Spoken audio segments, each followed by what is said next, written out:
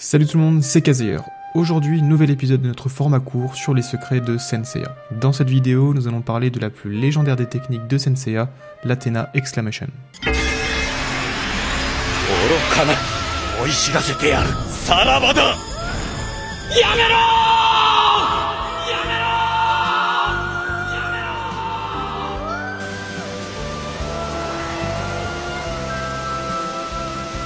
Athena Exclamation!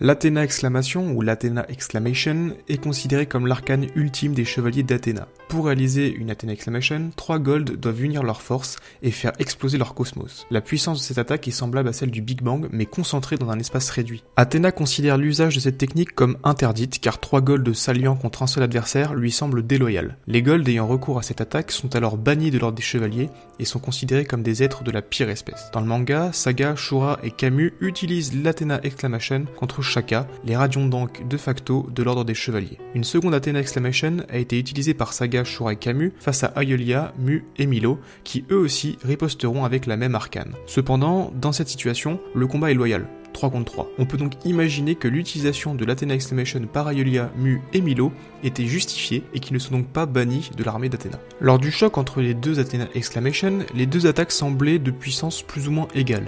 Il est donc possible que cette attaque ait une puissance qui ne soit pas corrélée avec la puissance des lanceurs, mais toujours une puissance fixe. Dans le manga, c'est l'intervention de Shiryu qui brisera cet équilibre, tandis que dans l'animé, ce sont Seiya, Shun, Shiryu et Yoga qui vont intervenir. Cette arcane, pourtant interdite, est utilisée de nombreuses fois dans les spin-offs. On la retrouve notamment dans The Lost Canvas, où Régulus, Chion et Sisyphe l'utilisent, avec l'accord d'Athéna, pour accéder au Lost Canvas. Dans ce même spin-off, nous avons également Régulus qui parvient à utiliser une Athena Exclamation seule face à Rhadamante. Nous ne savons pas si cette Athena Exclamation est aussi puissante qu'une Athena Exclamation normale, cependant, cette utilisation de l'attaque brise les règles établies dans Senseiya, où l'attaque n'existe que par la combinaison de la force de 3 Gold Saints. Toutefois, cela peut également être une des libertés prises par l'auteur, comme par exemple on avait l'utilisation du 8ème sens comme gain de puissance, ce qui n'était pas le cas dans le manga originel.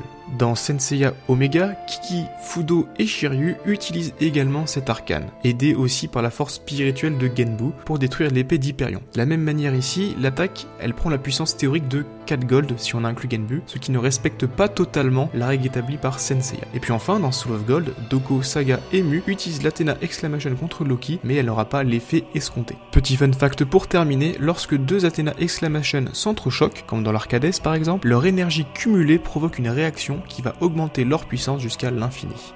Voilà, c'est tout pour cette légendaire attaque, j'espère que la vidéo vous a plu. Si vous voulez plus de contenu sur Senseiya, je vous invite à me suivre sur Twitter ou à rejoindre mon Discord, tous les liens sont dans la description. Et moi je vous dis à la prochaine, ciao tout le monde.